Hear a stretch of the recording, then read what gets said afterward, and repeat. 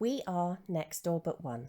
Firstly, wherever you are, we hope you are safe and well. We are all turning to the arts now more than ever, and we want to continue to play our part in connecting our communities to creativity, both now and in the future. At the end of the performance, there will be a link to our GoFundMe page to raise vital funds to keep our work going. If you can spare something, no matter how small, it would be much appreciated. If not, just having you here to share this with us is enough. We are still here. We are still your neighbour. We are still next door but one. Thank you.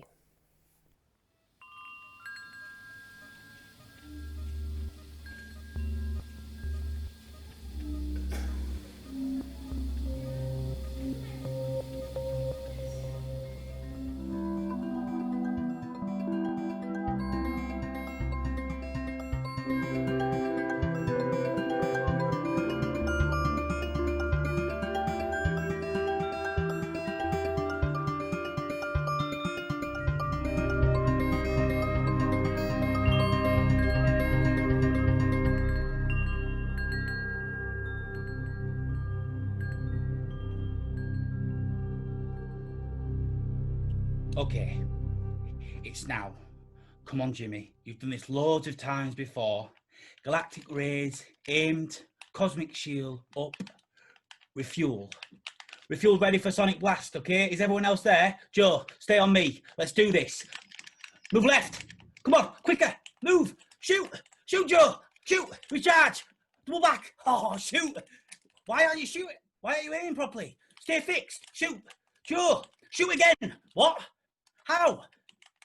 How was that not damaged its life? No. No way. Quicker. Recharge. Recharge. Is anyone there? Joe, what were you doing? Come on, everyone. Do something. I can't do this on my... God's sake, come on. It's total fix. Total fix. It's not fair. Okay, everyone, recharge. I'll reset us.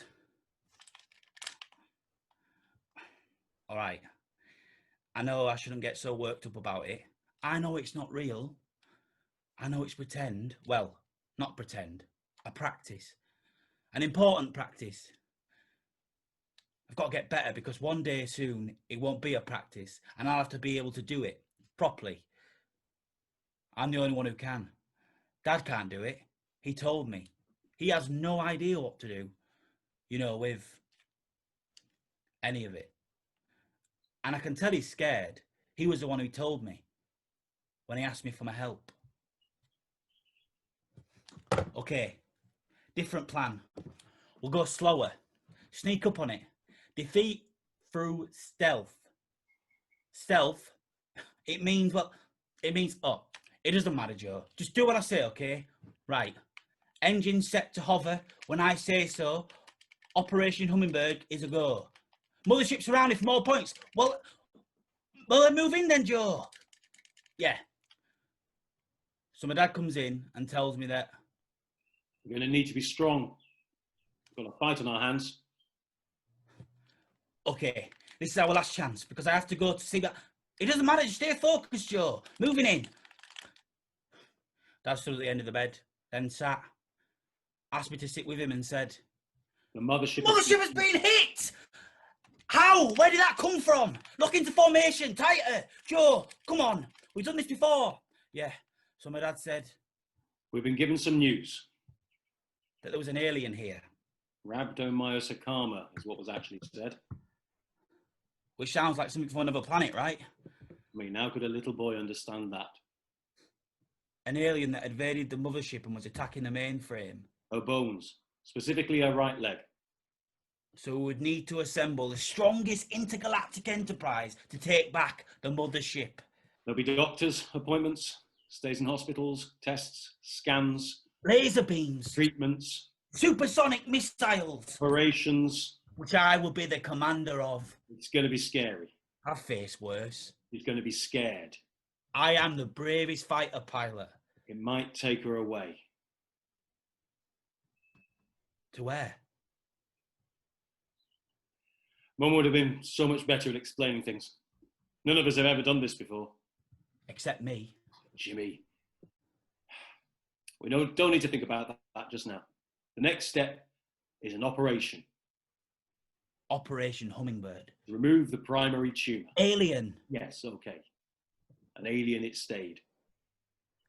A real live space trooper battle against an extraterrestrial. Finally, all those hours of me playing on this would prove to be my training. And then, when I rescue Mum, she'll no longer complain that I'm spending far too much time on this. Okay, I'm resetting. Good luck, warrior.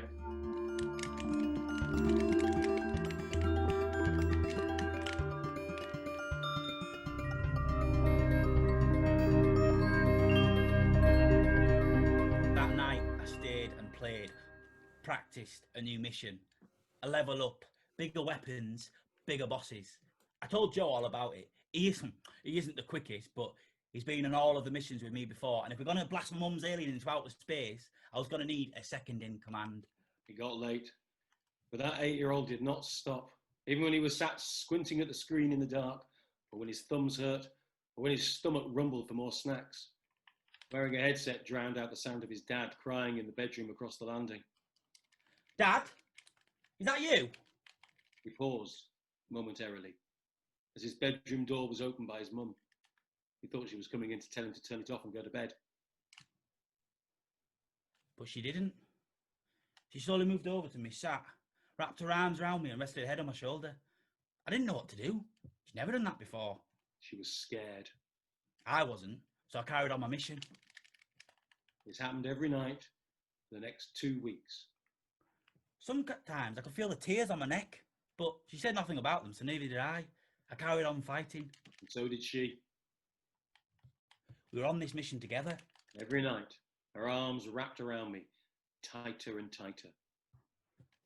Sometimes she sniffed my hair and kissed my head. Mums are weird. Sometimes there was even laughter. Until the day of the operation. Dad asked me if I wanted to wait in the hospital for when Mum wakes up. But I knew I had to be running the plan from ground control. It's what we'd been training for. Mum was ready, and so was I. So Mrs. Harrison came over. She's nice, she brings cake. We were going to get a lot more cake delivered to us over the months that followed. I signed in, gave Joe a shout. Operation Hummingbird was a go. The operation was over 8 hours long. It all went as planned until halfway through. Mum went into cardiac arrest.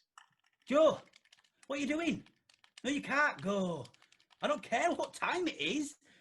I don't care what your mum says. I can't fight this on my own. We're nearly at the boss, Joe. Come on. They're shooting from all sides, Joe. Just one more minute and we'll win. I know we will. Come on. You can't leave me in this alone. Don't leave me. Please don't leave me, Joe. Everybody thought it was best we were all there at the hospital, just in case. It's there. Can you see it? Joe, when I say so, just shoot twice and I'll do the rest. That's all I'm asking. Then you can go. Joe, are you there? Joe, ready? Ready? Wait. Now! Go, Joe, now! Joe? Game over. Mrs. Harrison's went upstairs to get... It's okay, Mrs. Harrison. I know what you're going to say. The operation didn't work. I failed. Mrs. Harrison drove the defeated Star Trooper to the hospital. Even though it was pitch black and the stars were out, travelling up the A1 in the neighbour's clunky Ford Mondeo, Made it clear he was no longer an intergalactic mission. but very much back on Earth, where it started to feel real. He started to feel that fear his dad had warned him about. No, I didn't. I didn't say fear. I said real. It felt real.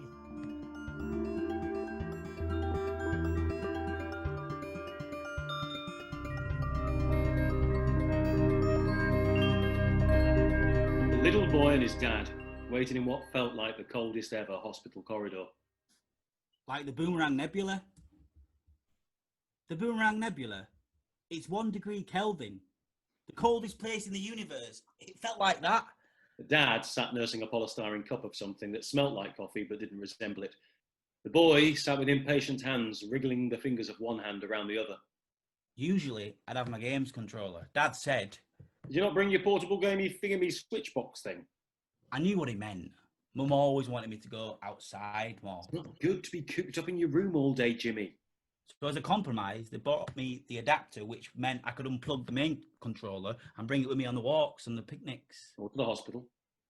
Dad, when Mrs. Harrison told me she needed to drive me to the hospital, I was angry that the operation didn't work. Nobody said that the operation... When I couldn't complete You must never blame yourself for this. I threw the controller on the wall. I'm sorry. It might not be broken. I heard pieces of it coming loose It inside. can be fixed. And then the light at the front went out. It can be fixed. It can't be fixed. I don't think it can be fixed. I think there's a shop by the entrance. His dad said. See if we can find you something in there to pass the time. I think I spotted just the thing. I had no idea what it could possibly mean. It was mainly magazines, crossword books, and fridges of colourless tuna sweet corn sandwiches. That. This? What on earth was it? A Hoberman sphere. It sounded like something NASA would have, so I was instantly interested. His dad knew this. And so, as we wandered back to the corridor, Dad explained to me what it was. This plastic Geodesic dome. with 6 circles. Corresponding to the edges of the icosahedron. If that doesn't sound like a spaceship, I don't know what does. Dad also knew he'd think that. It can fold up to a fraction of its size, going from a cluster with all of its parts closely interlinked to this huge new solar system with all of its parts spread out. His dad explained that before the sarcoma, Before the alien, our life felt together, close, connected, solid. but now it feels like this. Like everything I've ever known has changed shape in a millisecond. Like everything I ever had moved so far away from me. He didn't think much of the toy. But Dad explained. Yes, everything has changed shape. What we used to have does feel slightly out of reach now. It feels different. It looks different. But all of the parts are still there. Everything that was there before is there afterwards. Nothing's been taken away. It's just... different. Yeah, an adjustment. But one thing might be taken away. We don't know yet. And just like that, the door at the end of the corridor swung open and a doctor appeared. Like the Darth Vader steps out of the destroyer, but good. He said the operation was a success, but Mum would need to stay in intensive care. The primary alien had gone blasted into outer space. Hadn't taken her away this time. Operation Hummingbird.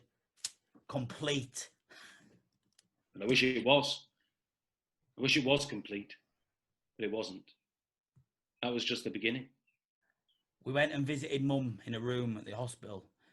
We didn't do much at first, just sat, smiled. I didn't tell her about breaking my controller. We knew that within the operation, they were going to have to give her a new hip. The alien had grown from the size of a satsuma to a grapefruit and cracked her old one. They also had to take an extra 2 inches of muscle, which meant Mum had to wear a very fetching leg splint. Some prototype Iron Man looking thing. It was so cool. After 3 weeks of rest and gentle physio, it was time to try her first walk. One small step for Mom, one giant leap over the grapefruit alien. Tilly, one of the nurses, had found out that Mum really liked nature and beautiful landscapes. In the ward's common room, there was a panoramic window looking over the hills.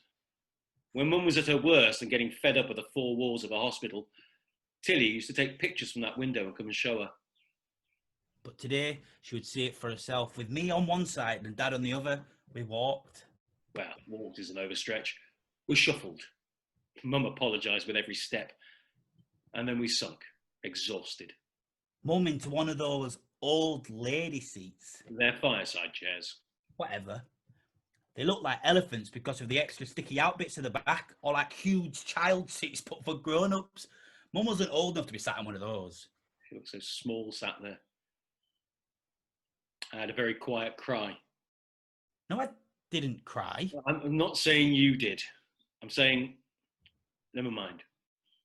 We sat there until the sky turned purple with brushstrokes of pink.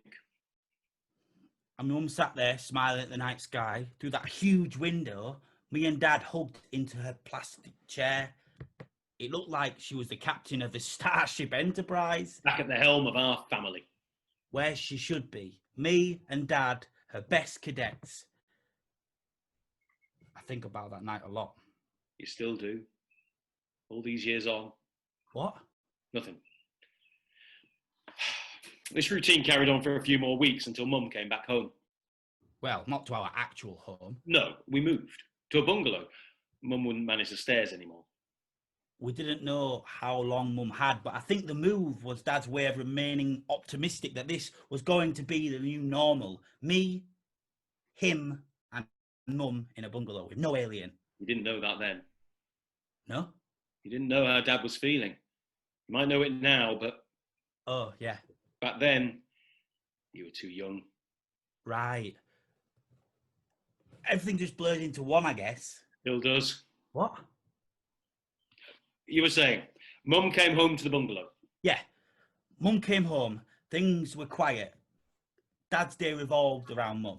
Breakfast, pills, washed, dressed, pills, TV, sleep, 40-sip, oromorph. Walk out with Mum in a wheelchair. We like that. Sleep, small meal, pills, sleep. Repeat. Breakfast, pills, washed, dressed, pills, TV, sleep, 40-sip, oromorph. Walks out with Mum in the wheelchair became less and less. More sleep, smaller meals, up the pills, longer sleeps. I was told I'd have to amuse myself, but Dad hadn't sorted out the Wi-Fi yet, and I hadn't told Mum about my broken controller, so... One afternoon, Mum took a little boy by the hand and asked if he could help her outside. She had brought the wind chime from the back door of the old house to the bungalow and wanted me to put it up. Boring. I needed to keep practicing my alien fighting skills, guns, flight commander, all of that. Not hanging metal tubes at the back door. I needed to be at my best, prepared. His mum knew that he needed to be prepared. After he'd used the kickstool from the utility room to hang up the wind chime, his mum tapped it for him to sit on next to her. I did. And she told me about the coolest little aircraft she knew about. It can fly a distance 26 million times greater than its size. Its wings can move 200 times a second. It can fly backwards, and is the only one of its kind that can hover for such long periods of time because it has the ability to move its wings in a figure of 8. Whoa, that is so cool. What's the aircraft called? Mum leaned in, smiled and said, "A hummingbird." Oh. Mum loved hummingbirds. She once made the mistake of telling her friends at work that she likes them. Every birthday or Christmas after that, another thing would appear in our house covered in hummingbirds. Cardigans, Tea towels, handbags, notepads, travel packs of tissues. and even some weird upside down hummingbird doorstep thing. I think I inherited that. So why are you telling me about this now, Mum? Mum?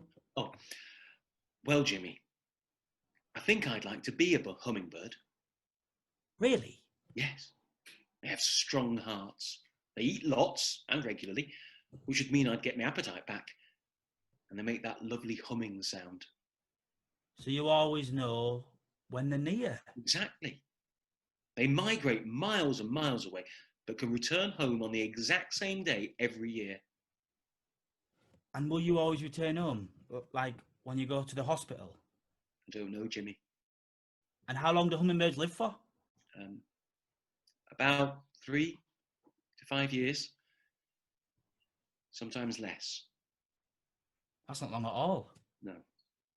No, it's not. And do you know where hummingbirds live, Jimmy?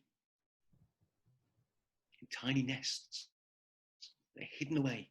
Some hummingbirds have even been found living inside the tubes of wind chimes.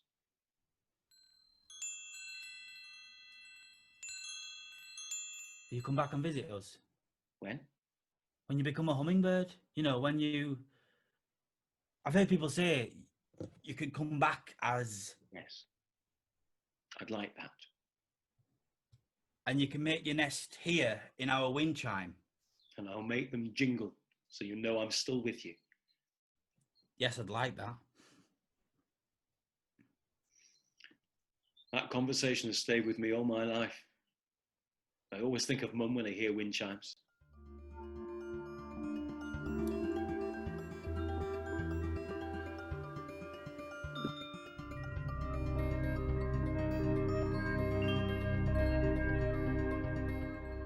So if Mum's going to become a hummingbird, you know, Afterwards.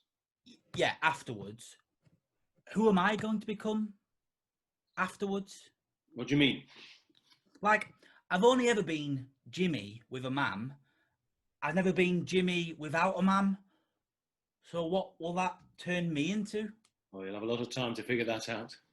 You don't need to start thinking about that now. You're too... Will people stop saying I'm too young for this? I'm not. I know. I can't be too young for it. I'm this age and it's happening to me now. So I'm just the age to start thinking about it, aren't I? Well, it's hard to argue with that logic. I just think people wish that a boy didn't have to start thinking about things like this at such a... That doesn't stop it, does it? The thoughts. It doesn't stop me trying to picture Christmases without my mum, birthdays without a wrapping paper, the smell of a scarf when she gives me a hug, and whole stitched new hems into my trousers. My legs have always been too short. Don't worry. Your legs eventually catch up with the rest of you. And Dad learns to sew. Oh yeah, Dad. What will Dad turn into? Me. You don't need to worry yourself with that. But I do. I know you do. Do you? You seem to know a lot. What else can you tell me? I could tell you that you won't cry when you think you will. And other times the tears will sneak up on you. That you and your dad will look at each other differently, and that might be a struggle for both of you. That when people mention a name, sometimes it feels like a ball of fire racing up your chest, and other times it'll give you that dimpled smile she loves so much. That when the time comes, you won't want to move out of the bungalow with Dad because that scale of change triggers all kinds of uncertainties. That it will make you dream bigger than you ever thought you could because making your mum proud of you never stops being important. When you make a mistake, you'll blame it on not having your mum's guidance. When you succeed, you'll attribute it to everything she ever gave you. And you'll long to call her up and just hear her voice. For years, you'll have a small germ of jealousy creeping into your heart every time a friend talks about Mother's Day. And you'll learn ways of conjuring her back into your life just when you need her. I could tell you. And will you? I wish I could. Just not yet. Because I'm too young. Because it doesn't matter what people could tell you right now. You have to find those things out for yourself. How? I don't know. It just sort of happens. You find yourself living with the withoutness of mum. But that will happen, yeah? It will. And one day, when you're about my age, you'll wish you could go back and stand in front of that little boy who was so scared. I'm not scared. 10 things are going to happen in this life that he won't know what to do with. Ironically, the one person he'd love to ask the advice of will be the one person he can't talk to. What's ironic mean? And that the bravery and hope his younger self had when he believed he could fight aliens is always with him to this very day. But we can fight the alien. Well, I can. Don't you ever think otherwise. Why are we hugging? It's called self-care. Eh? Well, that's what your counsellor calls him. You think it's all a bit kumbaya to begin with, but you give it a go. I don't have a counsellor. Yeah, not yet. But if you do, remember that there's nothing wrong with asking for help. You need to be kinder to yourself, Jimmy. I'm confused. And you will be for some time. You won't know how to process a lot of this. Because I'm too young. No, because it's too hard. It's too big for anyone to grasp. We don't have the words, the ways of being when you... Mum is taken away by an alien. Exactly. A lot of things are difficult to say, to confront. So you end up pushing all those feelings down. Down where? To some place you didn't even know was there at the bottom of your stomach. Like a black hole? Yeah, a black hole that is both inside of you and something you're falling into. You do know that nothing can escape a black hole, not even light. Yeah. So you can't let that happen. You must talk, Jimmy. In time, you'll learn to face it head on. It's kind of why I'm here. You can't lose the light. Have you come to help me fight the alien? Never stopped. What? Jimmy, the alien isn't just Mum's cancer. You said... We don't use that word. But I should. The alien doesn't just blast off into outer space when Mum leaves me. Mum leaves me. You knew this by then. No one has told me it was going to happen. Yeah, no one said it, but you know it. That's why you've been struggling to concentrate. That's why you've been losing interest in playing your game. It's anticipatory grief. I didn't even know it was a thing at the time. Something else your counsellor told you? The fight with The alien. doesn't just end when Mum goes. It'll stick around for a bit longer. How much longer? Not sure. However long it takes. But does it go? Jimmy, I don't think it does. But I think you grow into something bigger than it. Big enough that I don't have to have my trousers hemmed up? Yes! And that when you're older. About your age? Yeah, about my age. Exactly my age. You'll have been made parts of your life that will never have touched by the alien. Some days you won't even think about the alien. Some days you'll be able to look straight through it and see all the wonderful memories you made with your mum before it appeared. Some days you'll have to sit very carefully and think back to times when the alien was strong. And other days, you'll have to remember that I am stronger and can fight any alien. And don't you ever think otherwise. I think it's you who needs to remember that. Yeah, you're right. Oh wait, we're not going to self-care again, are we? Because I have to get on with Operation Hummingbird. Yes, you do. I hate this bit. You know what happens? Of course you do. You tell it then.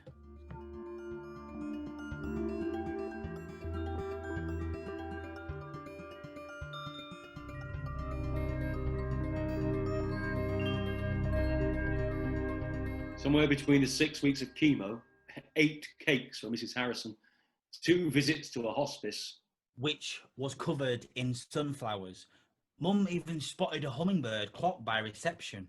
and a meeting with Debbie, our Macmillan nurse. I thought it was a McDonald's nurse, so I was pretty miffed when she didn't turn up with a Happy Meal. Yeah. Between all of that, Mum said she could feel it The alien. in her left lung and then in her head. We said she couldn't know, but the doctor confirmed she was right. Mum was clever like that. She was always one step ahead of the alien. We shuffled from doctor to doctor, not really saying much. Mum just pulling me into her chest and kissing me on the head. Right there. We drove home in silence. I think I heard Mum sigh out. I want to stop. Stop. We did. We had fish and chips out of the paper, so it wasn't all bad that day.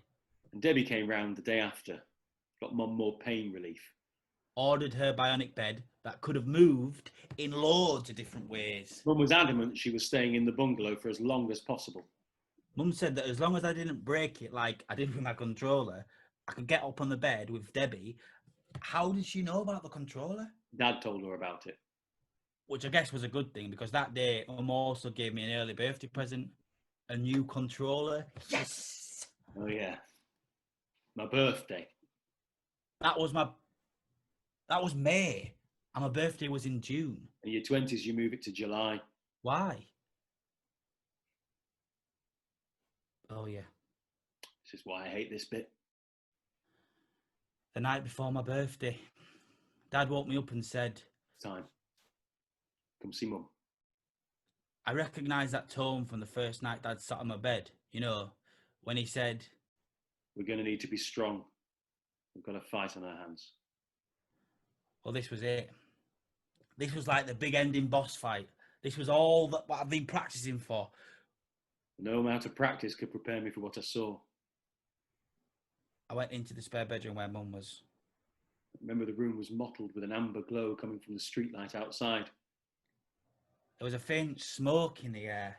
It was a eucalyptus humidifier Mrs. Harrison had brought us. With the light on and the smoke, it looked like we were entering the control room of a spaceship. Smell still throws me back to that very night. And there, in the middle of the room, was a bed. Surrounded by tubes, clipped on machines, gently whirring, pumping, filling the air with a low groan. A humming. What? A humming, not a groan. It was definitely a humming sound. Okay. Dad asked if I wanted to hold Mum's hand. I already was there before he even finished his sentence. Florrie, from over the road, was holding my mum's other hand. Florrie was a nurse, and she'd been coming over on her nights off to help my dad out with the medicines and things. Mum looks so small. Tiny little creature. In a nest of wires. In a nest of wires with a distinct sound. You're a hummingbird, I whispered in her ear. The laboured breath ended with a faint smile. My dad kissed her on the forehead. The bedside clock beeped. It was midnight. My birthday. Mum squeezed my hand. Did you feel that, Florrie? I said. No, darling. That was just for you.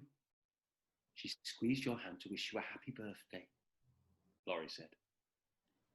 Dad's chin was on the top of my head. It felt like he was holding his breath. So I did too. And for a moment, we all held our breath. And then Mum gently exhaled and let go. She flew away. And we stopped holding our breath. Operation Hummingbird. Complete. We stood still for what felt like hours, until Florrie got up and went to her bag and got a £20 note. She gave it to me and wished me happy birthday. A few years later, I found out that the £20 was given to Florrie from Mum. Florrie shaved my mum's hair halfway through the chemo and wouldn't let her go unpaid. Mum insisted, but Florrie wasn't comfortable taking money from a dying woman. Mum was strong-willed, though. Guess in a way that was Mum's last birthday present to me. No. It was that hand squeeze. Definitely the hand squeeze. Yeah. Florrie left and it was just me and Dad. I must have fallen asleep. Dad must have carried me downstairs. I remember I woke up on the sofa. I remember Debbie calling by and leaving me a McFlurry on the coffee table. Dad was on the phone. Sunshine was beaming through the patio windows. The first time I'd ever seen sunrise. It was beautiful. It was so peaceful. So still.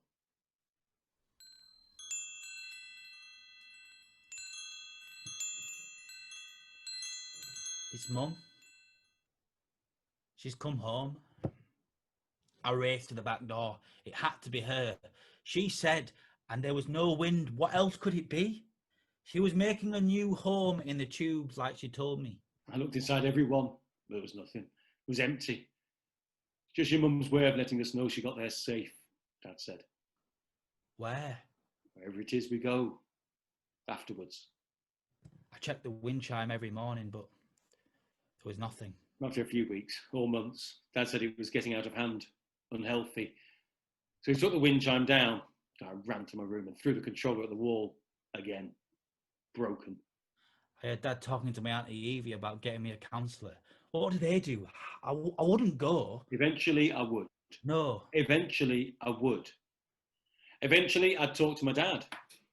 Eventually I'd come downstairs for lunch. Eventually I'd play computer games with Joe again. Eventually we'd make it a tradition of putting up the wind chime once a year. Eventually it won't punch you in the stomach when somebody mentions her. Eventually you'll get tired of seeing happy birthday next to with sympathy on the mantelpiece and change the date of your birthday. Eventually you'll see a counsellor as an adult too. Eventually you'll find a way of living where happiness, sadness and anger will sit next to each other. And eventually that home sphere will start to close and become compact once again. When will that happen? Jimmy, I can't tell you. Why? Because you have to find it out for yourself. Ah! And it will be hard. You'll scream at sunrises and blame your dad and yourself and so many other things. One day you'll realise that you've been living as you again. A you that your mum would be proud of. You can't quite pinpoint when that change happened, but it did. It does. So who do I become afterwards? What? Mum became a hummingbird and I become... James. Ugh, that's what my teachers call me. Or my dad when I'm being told off. One day, you're too old to keep calling yourself Jimmy. What? And I'm about your age? Exactly, when you're my age. What's it like once I... No. What's it like being your age? It's It's... Joe. It's Joe? Wanting to play. How do you know... Wait.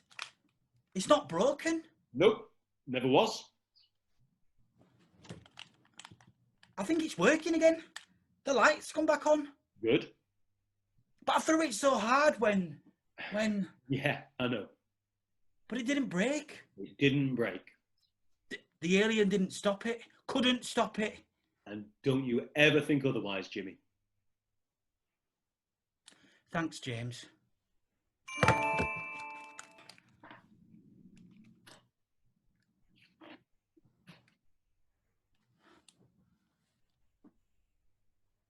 Hi, Joe. Yeah, I'm here. Sorry, I know I've been away for a bit. It's just... Yeah. Thanks. Thanks. Yeah. Yeah, I do miss her. But eventually I don't know. Anyway, I can't stay long. Dad wants me to go see someone to talk about Mum. Yeah, I guess.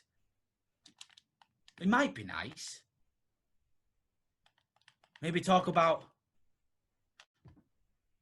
Do you know hummingbirds can move their wings 200 times a second and fly backwards? Yeah?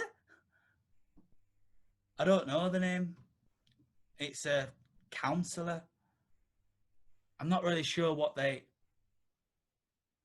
Oh, you do? Really? I didn't know. Do you find it helpful? Okay. Joe? You up for this once I get back? Yeah. I think I need to start a new mission. I don't really know yet. I don't know. I just gotta start. I think it's gonna be a big one.